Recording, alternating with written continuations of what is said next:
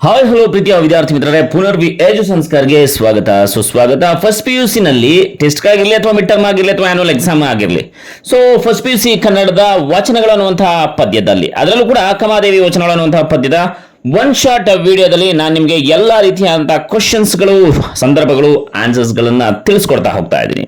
Miss ಮಾಡದೇ ನಮ್ಮ channel ನ ಸಬ್ಸ್ಕ್ರೈಬ್ ಮಾಡ್ಕೊಳ್ಳಿ. ಜೊತೆಗೆ ಫ್ರೀ ಆಗಿ ಪ್ರತಿದಿನ ಲೈವ್ ಕ್ಲಾಸಸ್ ನಡೀತಾ ಇರುತ್ತೆ. ಪಾಸಿಂಗ್ ಪ್ಯಾಕೇಜ್ ಗಳನ್ನ ತಿಳಿಸ್ತಾ ಹೋಗ್ತಾ ಇರ್ತೀವಿ. ನಮ್ಮ ಚಾನಲ್ ಅನ್ನ ಸಬ್ಸ್ಕ್ರೈಬ್ ಮಾಡ್ಕೊಂಡಿಲ್ಲ ಅಂದ್ರೆ ಸಬ್ಸ್ಕ್ರೈಬ್ ಮಾಡ್ಕೊಳ್ಳಿ. ಎಲ್ಲರಿಗೂ ಕೂಡ ಮರಿದನೆ ಶೇರ್ ಮಾಡಿ. ಬನ್ನಿ ಈಗ ವಿಡಿಯೋವನ್ನ ಶುರು ಮಾಡೋಣ. ಅಕ್ಕಮಹಾದೇವಿಯ ವಚನಗಳಲ್ಲಿ ಮೊದಲನೇದಾಗಿ ಸಂದರ್ಭ ಸೂಚಿಸಿ ವಿವರಿಸಿ ನೋಡ್ತಾ ಹೋಗೋಣ. ಸಂದರ್ಭ 1, ಮುತ್ತಿನ ಬಲೆಯಾದಡೆ ಬಂಧನವಲ್ಲವೇ? ಉತ್ತರ, ಪ್ರಸ್ತುತ ವಾಕ್ಯವನ್ನು ಅಕ್ಕಮಹಾದೇವಿಯ ವಚನಗಳಿಂದ ಆಯ್ದುಕೊಳ್ಳಲಾಗಿದೆ. ಕೇವಲ ಬಾಹ್ಯ ಆಚಾರ ವ್ಯವಹಾರಗಳಲ್ಲಿ ತೊಡಗಿ ಶಿವನನ್ನು ಮರೆತ ಜಗತ್ತಿನ ಲೌಕಿಕ ಆಕರ್ಷಣೆಗಳೆಲ್ಲವೂ ಸಹ ಬಂಧನಗಳೇ ಎಂಬುದನ್ನು ಈ ಮಾತಿನಲ್ಲಿ ಹೇಳಲಾಗಿದೆ. ಸಂಕೋಲೆಯನ್ನು ಚಿನ್ನ ರತ್ನಗಳಿಂದಲೇ ಮಾಡಿದ್ದರೂ ಸಹ ಅದು ನಮಗೆ ತೊಂದರೆಯನ್ನ ಮಾಡುತ್ತದೆಯಲ್ಲವೇ? ಮುತ್ತಿನ ಬಲೆಯಾದರೂ ಅದು ಬಂಧನವೇ ಅಲ್ಲವೇ? ಚಿನ್ನದ ಕತ್ತಿಯಿಂದ ಹೊಡೆದರೆ ಸಾವು ಬರದೆ ಇರುವುದೇ? ಲೌಕಿಕವಾದ ಜೀವನದ ಬಗೆಗೆ ಸದಾ ಚಿಂತಿಸುತ್ತಿರುವ ಈ ಜನರನ್ನು ಜನನ ಮರಣಗಳ ಬಂಧನ ಬಿಡದು ಎಂದು ಅಕ್ಕಮಹಾದೇವಿ ಹೇಳುತ್ತಾರೆ. ಸಂದರ್ಭ 2, ಎನಗೆ ಭವವುಂಟೆ?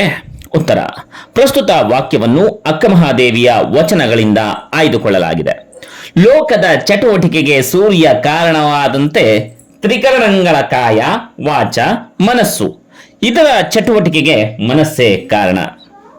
ನನಗಿರುವ ಮನಸ್ಸು ನಿಮ್ಮಲ್ಲಿ ಸಿಲುಕಿದ ಬಳಿಕ ನನಗೆ ಮತ್ತೆ ಹುಟ್ಟು ಸಾವುಗಳ ಬಂಧನವಿರಲು ಸಾಧ್ಯವೇ ಚನ್ನಮಲ್ಲಿಕಾರ್ಜುನ ಎಂದು ಅಕ್ಕಮಹಾದೇವಿ ಹೇಳುತ್ತಾರೆ. ಸಂದರ್ಭ 3, ಕರಕ್ಕೆ ಶೃಂಗಾರ ಸತ್ಪಾತ್ರಕ್ಕೀವುದು. ಉತ್ತರ, ಪ್ರಸ್ತುತ ವಾಕ್ಯವನ್ನು ಅಕ್ಕಮಹಾದೇವಿಯ ವಚನಗಳಿಂದ ಆಯ್ದುಕೊಳ್ಳಲಾಗಿದೆ. ಗುರು ಹಿರಿಯರನ್ನು ನೋಡುವುದೇ ಕಣ್ಣಿಗೆ ಅಲಂಕಾರ, ಪುರಾತನ ಸಂಗೀತ ಕೇಳುವುದೇ ಕಿವಿಗೆ ಅಲಂಕಾರ, ಸತ್ಯವನ್ನು ನುಡಿಯುವುದೇ ಮಾತಿಗೆ ಅಲಂಕಾರ, ಸತ್ಪಾತ್ರರಿಗೆ ಅಂದ್ರೆ ಒಳ್ಳೆಯ ಕೆಲಸ ಮಾಡುವವರಿಗೆ ದಾನ ಮಾಡುವುದು ಕೈಗಳಿಗೆ ಅಲಂಕಾರವೆಂದು ಅಕ್ಕಮಹಾದೇವಿ ಹೇಳುತ್ತಾರೆ. ಇನ್ನು ಒಂದು ವಾಕ್ಯದಲ್ಲಿ ಉತ್ತರಿಸಿ ನೋಡ್ತಾ ಬರೋಣ.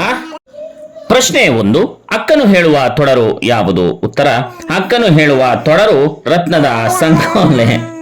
ಪ್ರಶ್ನೆ 2, ಲೋಕದ ಚೇಷ್ಟೆಗೆ ಬೀಜವಾದುದು ಯಾವುದು? ಲೋಕದ ಚೇಷ್ಟೆಗೆ ಬೀಜವಾದುದು ರವಿ. ಪ್ರಶ್ನೆ 3, ಭವ ಯಾವಾಗ ಕೆಡುವುದು? ಉತ್ತರ, ಶಿವನಲ್ಲಿ ಮನ ಸಿಲುಕಿದಾಗ ಭವ ಕೆಡುವುದು. ಪ್ರಶ್ನೆ 4, ಸತ್ಯವ ನುಡಿಯುವುದು ಯಾವುದರ ಶೃಂಗಾರವಾಗಬೇಕು? ಉತ್ತರ, ಸತ್ಯವ ನುಡಿಯುವುದು ವಚನದ ಶೃಂಗಾರವಾಗಬೇಕು. ಪ್ರಶ್ನೆ 5, ಅಕ್ಕನ ವಚನಗಳ ಅಂಕಿತ ಯಾವುದು? ಉತ್ತರ, ಅಕ್ಕನ ವಚನಗಳ ಅಂಕಿತ ಚನ್ನ ಮಲ್ಲಿಕಾರ್ಜುನ. ಇನ್ನು 2-3 ವಾಕ್ಯದಲ್ಲಿ ಉತ್ತರಿಸಿ ನೋಡೋಣ ವಿದ್ಯಾರ್ಥಿಗಳೇ. ಪ್ರಶ್ನೆ 1, ರತ್ನ ಮತ್ತು ಮುತ್ತು ಏನನ್ನು ಸೂಚಿಸುತ್ತದೆ? ಉತ್ತರ, ರತ್ನದ ಸಂಕೋಲೆಯಾದರೂ ತೊಂದರೆಯನ್ನು ಸೂಚಿಸುತ್ತದೆ, ಬಲೆ ಮುತ್ತಿನದಾದರೂ ಬಂಧನವನ್ನು ಸೂಚಿಸುತ್ತದೆ. ಪ್ರಶ್ನೆ 2, ಲೋಕ ಹಾಗೂ ಕರಣಗಳ ಚೇಷ್ಟೆಗೆ ಬೀಜ ಯಾವುದು? ಉತ್ತರ, ಲೋಕದ ಚೇಷ್ಟೆಗೆ ರವಿ ಬೀಜವಾದರೆ ಕರಣಗಳ ಚೇಷ್ಟೆಗೆ ಮನವೇ ಬೀಜ. ಸಂದರ್ಭ 3, ಪ್ರಶ್ನೆ 3, ಕಣ್ಣು ಹಾಗೂ ಕರ್ಣಗಳಿಗೆ ಶೃಂಗಾರ ಯಾವುದು? ಉತ್ತರ, ಗುರು ಹಿರಿಯರನ್ನು ನೋಡುವುದೇ ಕಣ್ಣಿಗೆ ಶೃಂಗಾರ, ಪುರಾತನ ಸಂಗೀತಗಳನ್ನು ಕೇಳುವುದು ಕರ್ಣಗಳಿಗೆ ಶೃಂಗಾರ. ಇನ್ನು 5-6 ವಾಕ್ಯಗಳಲ್ಲಿ ಉತ್ತರಿಸಿ ನೋಡೋಣ ವಿದ್ಯಾರ್ಥಿಗಳೇ. ಲೋಕದ ಭಜನೆಯಲ್ಲಿ ಸಿಲುಕಿದವರಿಗೆ ಮುಕ್ತಿ ಇಲ್ಲ ಎಂಬುದನ್ನು ಅಕ್ಕ ಹೇಗೆ ನಿರೂಪಿಸಿದ್ದಾಳೆ? ಉತ್ತರ, ಸಂಕೋಲೆಯನ್ನು ರತ್ನದಿಂದ ಮಾಡಿದ್ದರೂ ಸಹ ಅದರಿಂದ ತೊಂದರೆಯಲ್ಲವೇ? ಬಲೆಯನ್ನು ಮುತ್ತಿನಿಂದ ನೇಯ್ದರೂ ಸಹ ಅದು ಬಂಧನವೇ? ಚಿನ್ನದ ಕತ್ತಿಯಲ್ಲಿ ಹೊಡೆದರೂ ಪ್ರಾಣ ತೆಗೆಯದೇ ಇರದು. ಹಾಗೆಯೇ ಲೌಕಿಕ ಜೀವನ ಸುಖದ ಭಜನೆಯಲ್ಲೇ ಸಿಲುಕಿರುವ ಜನರು ಹುಟ್ಟು ಸಾವುಗಳಿಂದ ತಪ್ಪಿಸಿಕೊಳ್ಳಲು ಸಾಧ್ಯವಿಲ್ಲ ಎಂದು ನಿರೂಪಿಸಿದ್ದಾಳೆ. ಪ್ರಶ್ನೆ 2, ಹುಟ್ಟು ಸಾವನ್ನು ಮೀರುವುದು ಹೇಗೆಂದು ಅಕ್ಕಮಹಾದೇವಿ ತನ್ನ ವಚನದಲ್ಲಿ ವಿವರಿಸಿದ್ದಾಳೆ? ಉತ್ತರ, ಸೂರ್ಯನು ಲೋಕದ ಚಟುವಟಿಕೆಗೆ ಮೂಲ, ಹಾಗೆಯೇ ಇಂದ್ರಿಯಗಳ ಚಟುವಟಿಕೆಗೆ ಮನಸ್ಸೇ ಮೂಲ. ಆ ಮನಸ್ಸನ್ನು ಶಿವನಲ್ಲಿ ನೆಲೆಗೊಳಿಸಬೇಕೇ ಹೊರತು ಪ್ರಪಂಚದ ಸೆಳೆತಕ್ಕೆ ಸಿಲುಕಬಾರದು. ಶಿವನಲ್ಲಿ ಮನಸ್ಸಿಟ್ಟ ಮೇಲೆ ಮತ್ತೆ ಹುಟ್ಟು ಸಾವುಗಳೆಂಬುದು ಇರುವುದಿಲ್ಲ.